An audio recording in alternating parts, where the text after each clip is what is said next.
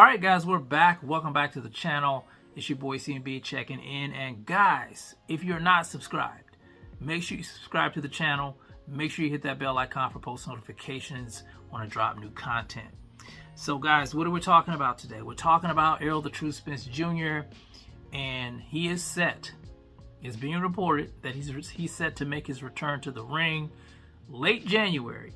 Late January, fighting none other than the unified WBC, WBO 154-pound champion, Sebastian the Towering Inferno Fundora. So that's the fight we've been speculating that was going to happen. We weren't sure. A lot of people were thinking, Errol Spence Jr. was set to pack up his ball and go home, but I think he still has the fire in his belly. I still think he has some things to prove. You guys know the mission was at 147 to become undisputed. He didn't quite get there. He ran into Terrence Bud Crawford, and no shame for losing to the best fighter on the planet. I think Errol Spence Jr. is one of the best out there. He was just overmatched in that fight, so I don't think he should be ashamed of that loss. And I know a lot of people are counting him out now, and a lot of people have walked away from him because of that loss. But I think Errol's still a great fighter.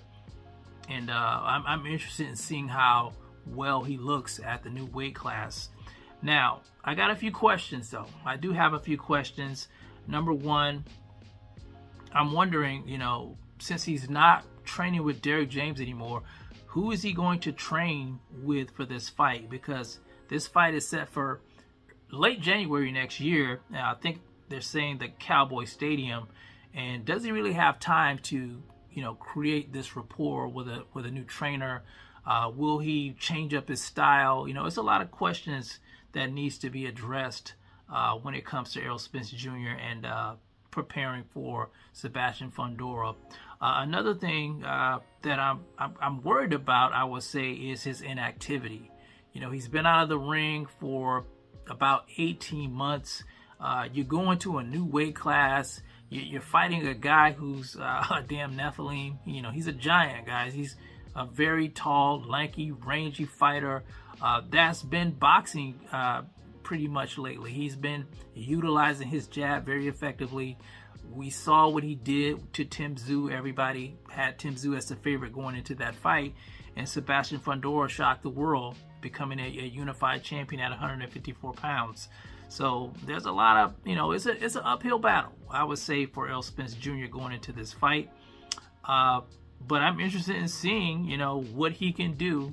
Does he still have his mojo? I don't think he got old overnight. I know a lot of people are saying that, he's been through a lot. And I think he's been through a lot too.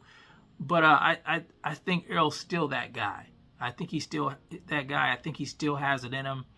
But I would be lying if I didn't say I was worried about him in this fight with Sebastian Fundora. Like I said, new weight class, new trainer, been out of the ring for 18 months. Yeah, it's an uphill battle. But I am excited, and if at all possible, I think I will be going to this fight if it takes place in the Cowboy Stadium. I love going to fights out in Texas when Errol Spence Jr. is headlining the card.